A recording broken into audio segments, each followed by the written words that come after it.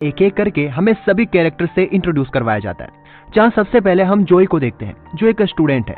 इसके बाद हम बेन को देखते हैं जो एक ग्रोसरी शॉप में काम करता है, लेकिन उसे अपना काम पसंद नहीं आता, तो उसका मालिक कहता है कि बाहर जाओ और नए दोस्त बनाओ। अब हम जेसन को देखते हैं जो एक कंपनी में स्टॉक ब्रोकर का काम करता है। अब एक दिन इन तीनों के पास एक ब्लैक कलर का बॉक्स आता है। ये बॉक्स एक पजल की तरह था, लेकिन तीनों काफी जीनियस थे, जिसकी वजह से ये तीनों इस बॉक्स को खोल लेते हैं। उसके बाद इन्हें एक कार्ड मिलता है जिसके अंदर लिखा हुआ था कि अगर ये एक रूम से बाहर निकल गए तो इन्हें $10,000 मिल जाएंगे। अब तीनों वहां चले जाते हैं, जहां हम मूवी के 3 और कैरेक्टर्स को देखते हैं, जिसमें हम माइक, अमेंडा और डैनी को देखते हैं। अब ये तीनों यहाँ गेम शुरू होने का इंतजार करते हैं, जहाँ बेन कहते हैं कि जब तक इस गेम का मास्टर नहीं आ जाता तब तक मैं एक सिगरेट पी लेता हूँ। तब जैसे ही वो बाहर जाने लगता है, दरवाजे का हैंडल टूट जाता है। तब डैनी कहता है कि इसका मतलब ये है कि यही एस्केप रूम है, मतलब गेम शुरू हो गया है। अब सभी लोग काफी ज्यादा एक्साइटेड हो चुके थे। अब वो पूरे रूम में क्लू ढूंढने लगते हैं, जहां अमेंडा देखती है कि एक टेबल पर बहुत सारी मैगजीन पड़ी हुई है और सभी पर डॉक्टर वुटनयुक कॉमन तरीके से लिखा हुआ है। माइक को एक बुक भी मिलती है जिस पर लिखा हुआ था फ़ारेनहाइट 251। जब बेन के हाथ से हैंडल टूटा था तब वहाँ एक लॉक मौजूद था। दरअसल वो लॉक नहीं, एक टेम्परेचर कंट्रोलर था। जोई अब उसे फ़ारेनहाइट 251 पर सेट कर देती है। तभी वहाँ की रूम की छत पर गर्मी बढ़ने लगती है और पूरे रूम का टेम्परेचर बढ़ने लगता है। जोई उसे बंद करने के लिए कहती है, लेकिन वो बंद नहीं होता।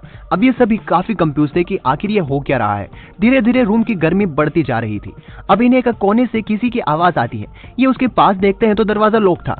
अब जोई को एक की मिलती है जिससे वो दरवाजा खोलती है, लेकिन उसके अंदर एक पुतला था। अब रूम का टेम्परेचर और ज्यादा बढ़ गया था, पर तभी जोई को 6 बटन मिलते हैं। जब जोई एक बटन दबाती है तो एक दरवाजा खुलता है। उसके अंदर जेसन चला जाता है। जब वो अंदर जाता है तो वो देखता है कि वहाँ पर एक नेट लगी हुई है। अब माइक भी उसकी मदद के लिए अंदर आता है। ये दोनों उस नेट को खोलने की कोशिश करते हैं और वो नेट खुल जाती है। अब एक एक करके ये दरवाजे में जाने लगते हैं, लेकिन आखिर में इन्हें पता चलता है कि जो भी यहाँ लास्ट में बचेगा वो मरेगा।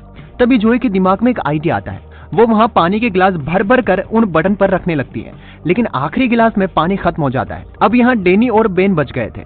अब बेन अपनी शराब की बोतल निकालता है और उस ग्लास में भर देता है और दरवाजा खुल जाता है और ये दोनों वहाँ से बाहर निकल जाते हैं। अब यहाँ पूरे रूम में आग लग जाती है। अब यहाँ से ये लोग एक और रूम में आ जाते हैं। अब ये पुलिस को कॉल लगाने का डिसाइड करते हैं, पर जब ये अपना फोन देखते हैं तो इनके फोन में सिग्नल नहीं था। अब माइक कहता है कि यहाँ पर और कितने रूम हमें पार करने होंगे। डैनी कहता है कि शायद हमें 5 रूम और पार करने हैं। जेसन को एक लॉक मिलता है जो 7 डिजिट से खुलता था। अब सभी वहाँ क्लू ढूंढने लग जाते हैं। माइक को वहाँ पर एक बोर्ड मिलता है जिस पर लिखा था you will go down in history. अब बेन को कुछ वर्ड नजर आते हैं और बेन अपना पास्ट याद करने लगता है, जहां वो नशा करके कार चला रहा था और उसका एक्सीडेंट हो गया था और उसमें उसके दोस्तों की मौत हो गई थी। अब प्रेजेंट में डैन उस वर्ड को डिकोड कर लेता है और लॉक खुल जाता है। जब वो बाहर आते हैं तो वो देखते हैं कि वो एक ऐसी जगह पर है जहां पर सिर्फ बर्फ ही बर्फ मौजूद है। अब डैनी वहां से थोड़ी दूर जाता है, तभी वो एक दीवार से टकराता है और नीचे गिर जाता है। जब वो उठकर दीवार को छूता है तो सभी को पता चलता है कि वो एक बर्फ से बने रूम के अंदर आ गए हैं। दीवार को छूते ही वहां से और ज्यादा ठंडी हवा निकलने लगती है और रूम का टेम्परेचर घटने लगता है। अब ये सभी जल्दी जल्दी क्लू ढूंढने लगते हैं। तभी इन्हें एक जैकेट मिलता है जो एक बारी बारी करके पहनने वाले थे। अब इन्हें वहां पर एक बड़ा सा होल नजर आता है जिसके अंदर पानी भरा हुआ था। माइक जब झाड़ियों में जाता है तो उसे एक मछली पकड़ने का रैकेट मिलता है। अब ये समझ जाते हैं कि उन्हें उस होल में से कुछ निकालना है। कुछ देर में ये लोग उस होल से एक बॉक्स निकालते हैं जो पूरा बर्फ में जमा हुआ था। उस बॉक्स के अंदर एक की मौजूद थी। माइक बेन से लाइटर मांगता है ताकि उससे बर्फ से की निकाल सके। बेन से गलती से लाइटर थोड़ी दूर गिर जाता है, जिसे लेने के लिए डैनी जाता है, लेकिन बर्फ टूटने की वजह से वो पानी में गिर जाता है। सभी लोग डैनी को ढूंढते हैं, लेकिन पानी ठंडा होने की वजह से बेन मर जाता है। ये देखकर सभी लोग बहुत ज्यादा घबरा जाते हैं। अब सभी अपने हाथ की हीट से ही इस बर्फ को पिघलाने लगते हैं और धीरे धीरे सारी बर्फ पिघल जाती है। अब इन्हें वो चाबी मिल जाती है और लॉक खोलकर ये एक रूम में पहुंच जाते हैं। ये कमरा एकदम उल्टा था। यहाँ पर पंखा नीचे और बॉल टेबल ऊपर लगी हुई थी। अब फिर से सभी वहाँ क्लू ढूंढने लग जाते हैं। तभी जेसन बॉल टेबल पर देखता है जहाँ पर नंबर 8 की बॉल गायब थी। वो सभी समझ जाते हैं कि उन्हें 8 नंबर की बॉल को ढूंढना है। अब वहाँ बहुत ही तेज आवाज में म्यूजिक चलने लग जाता है और धीरे धीरे रूम का सरफेस टूटने लगता है। अब यहाँ हम समझ पाते हैं कि जैसे जैसे म्यूजिक बजेगा जमीन टूटती जाएगी। कुछ देर में अमेंडा अपनी जगह से थोड़ी ऊपर चली जाती है, जहाँ उसे एक कोड वाला लॉक मिलता है जिसके अंदर 4 कोड एंटर करने थे। अब जोई को एक फोटो पजल मिलती है जो इस पजल को सोल्व करती है, जिससे उसे 4 कोड मिल जाते हैं। जब उन 4 कोड को लॉक में लगाया जाता है फिर भी लॉक नहीं खुलता। अब धीरे धीरे जोई को समझ आता है और वो कहती है कि ये पूरा रूम उल्टा बना हुआ है, तो हमें इस कोड को उल्टा एंटर करना होगा। अब ऐसा करने से वो लॉक खुल जाता है और उन्हें 8 नंबर की बॉल मिल जाती है। अब उस बॉल को उस टेबल पर लगाना था, लेकिन अमेंडा उन सभी से दूसरी तरफ थी। अब वो वहाँ से एक टेबल के कॉर्नर पर लटक जाती है। जब वो बॉल लगाने के लिए टेबल के पास बढ़ती है तभी वो बॉल उसकी जेब से नीचे गिर जाती है। अब अमेंडा जमीन के बचे हुए टुकड़े पर कूद जाती है। वो बॉल फिसलने ही वाली थी कि उसे अमेंडा पकड़ लेती है और जेसन को दे देती है। तभी जमीन टूट जाती है और अमेंडा लटक जाती है। कुछ देर में अमेंडा उस चेन को छोड़ देती है और नीचे गिर जाती है क्योंकि वो इस गेम से तंग आ गई थी। नीचे गिरने की वजह से अमेंडा की मौत हो जाती है। अभी उस बॉल को लगाकर एक रूम में पहुंच जाते हैं। जब वहाँ लाइट्स ऑन होती है तब सभी को पता चलता है कि ये तो एक हॉस्पिटल रूम है जहाँ हॉस्पिटल के बहुत सारे इंस्ट्रूमेंट्स पड़े हुए थे। अब सभी को वहाँ पर अपने नाम की एक फाइल मिलती है जिसके अंदर सभी के पास्ट के बारे में लिखा हुआ था। जेसन की फाइल में लिखा हुआ था कि जब वो समुद्र के बीच में अपने दोस्त के साथ था तब बोट पलट जाने की वजह से उसके दोस्त की मौत हो गई।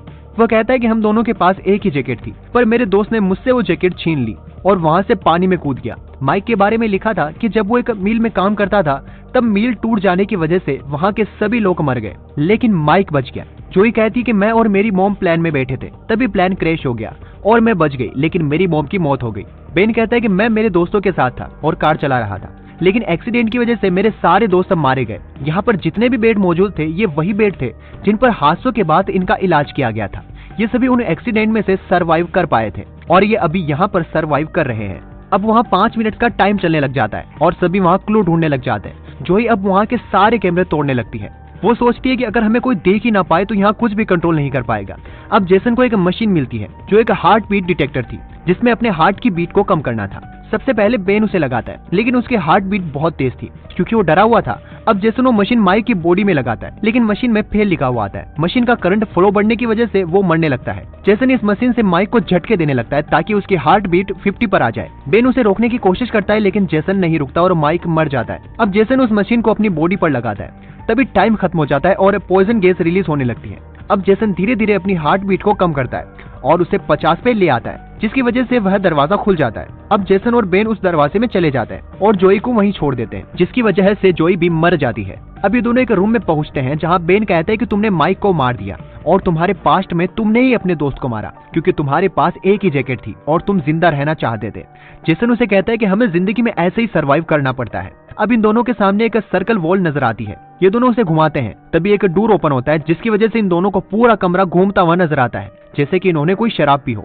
अब डोर पर एक एक एंटीडोस ढूंढने के बारे में लिखा था।